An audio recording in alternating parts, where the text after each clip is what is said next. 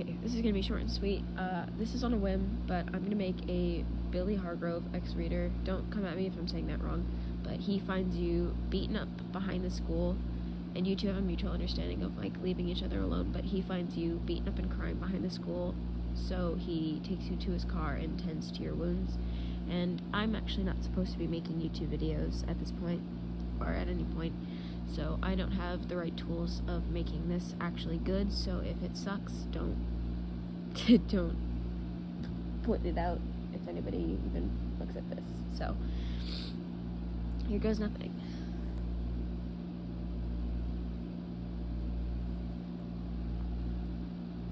Tommy and Carol have never really liked you. Nobody really has. You've kind of just kept to yourself, and everybody's kept away from you. You don't mind it much. You like to stay in the corner and just do your own thing. But Carol and Tommy just seem to have some bone to pick with you every single day. It's never gone that far, other than today. You were behind the school, eating lunch like you normally are. Then Tommy and Carol come up to you. Tommy sneaks up behind you and steals all of your food and throws it away. While Carol stands there and just stares at you. After Tommy comes back, they start to beat you up. Sorry if that's cringy, but anyways. You never knew why they hated you, they just did. You never understood much. You were a smart kid, kept to yourself, and never really bothered anybody, let alone them. Although, you did talk to one person once when telling him that he was in the right spot. Billy. He was a new kid from California. And he had asked you if this was the right room. He had asked you if he was in the right room. You told him he was, and that was the end of it. You saw him being mean to some kids and decided to walk away because it wasn't really your issue. You didn't tell anybody, and it was just verbal, so you dealt with it, and you were really tired that day and couldn't be late because you had to pick up your little brother. So he had a mild respect for you of, she'll leave me alone, and I'll leave her alone. Until today, obviously.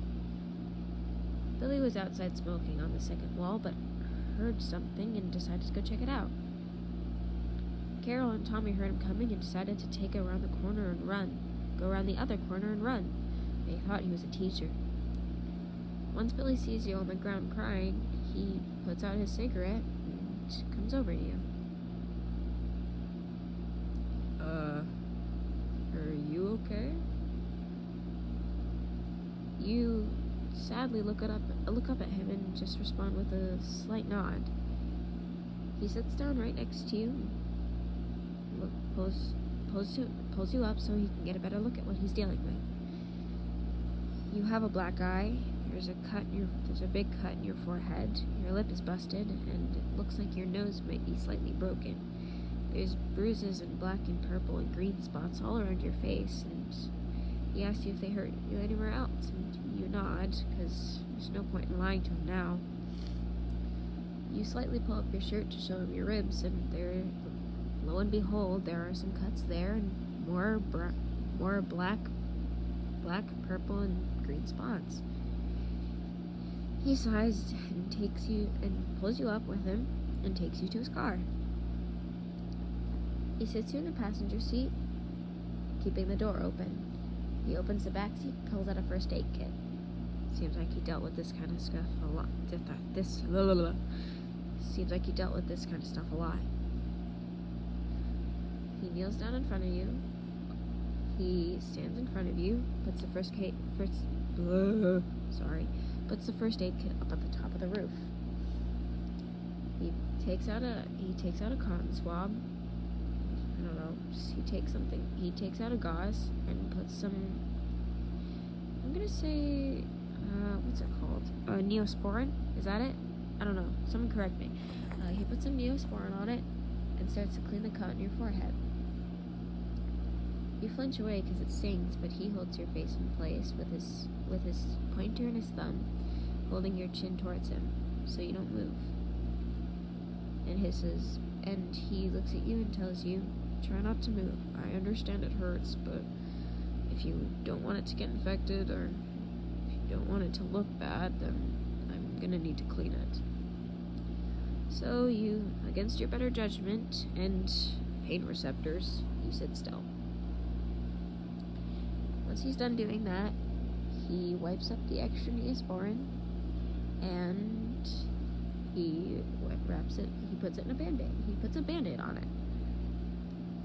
He then tries to wipe all the dirt around your bruises to see if there's any more scratches, and then he remembers the one on your stomach. So he takes another gauze out, puts more Neosporin on it, and grabs your waist so you don't move, and cleans the one on your stomach. After a tiny bit of arguing, he finally gets it clean and puts another bandage on it. Satisfied with his work, he puts everything away, puts the first aid kit back in the back seat, closes the door, and then goes back over to you and asked, okay, what the holy hell happened to you? Who did this? Where do they go? And why? You look up at him confused on why he cares, but you tell him anyways. Well, Carol and Tommy never really liked me, and I never quite understood why. I'm always confused because I mind my own business and I try not to stick my nose anywhere it's not welcome, and so I mind to myself. But they've always had some hatred towards me, and I didn't really do anything. They just threw away my lunch and beat me up. And then you came around, they heard you coming around the corner, and they bolted, thinking you were a teacher. He looks at you and just sighs and says, well, if they threw away your lunch, are you hungry? We can go grab something to eat. I don't mind at all. You look up at him and shake your head. No, I wouldn't want to waste your time. Besides, it's almost time for next period, so we've got to go. He nods and just grabs you by the waist and stands you back up. He walks you back into school, but before you can walk through the doors, he grabs your wrist and says, listen, I know no one would actually call us friends, but if you ever need help with those two idiots again, come find me. I'd like to consider us friendly acquaintances at best, and I don't mind cleaning your wounds or defending you again. I also wouldn't mind getting to know you a little better without the intention of a one-night stand, I promise.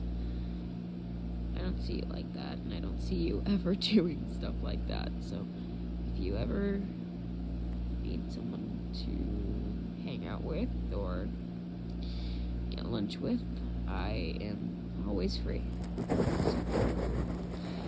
After ranting for a little bit, kind of making a fool of himself, he decides to let you go. You look at him and just smile. And as you're walking off, you said, "Okay, I'll meet you at your car tomorrow for lunch. I'll bring my own money."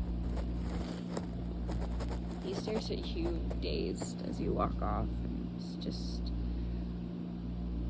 smiles.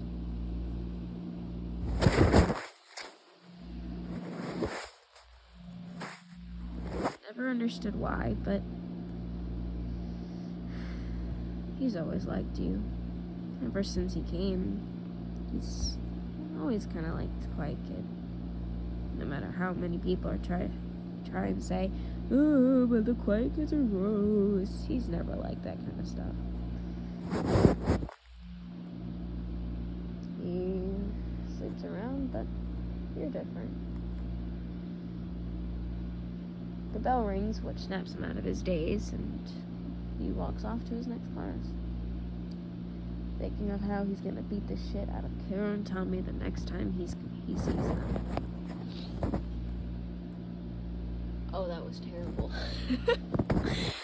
Sorry I messed up at like the 5-minute mark. I have terrible English, and it's like 11:38 at night. I should probably be asleep, but knowing me, I'm probably gonna stay up till the sun rises.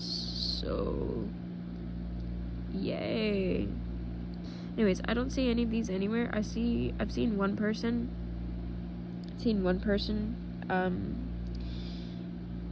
Do this, or make a Billy one, and it was fucking great. There are 2 people that I know of that do Eddie. One is Cub VA. I think that's Cub VA, yeah. And then King of Spades. The King of Spades. And they are both all 3 of them are amazing. I love all 3 of them. And then, because they can do this stuff properly. However, I cannot do this properly, which sucks. I wish I could.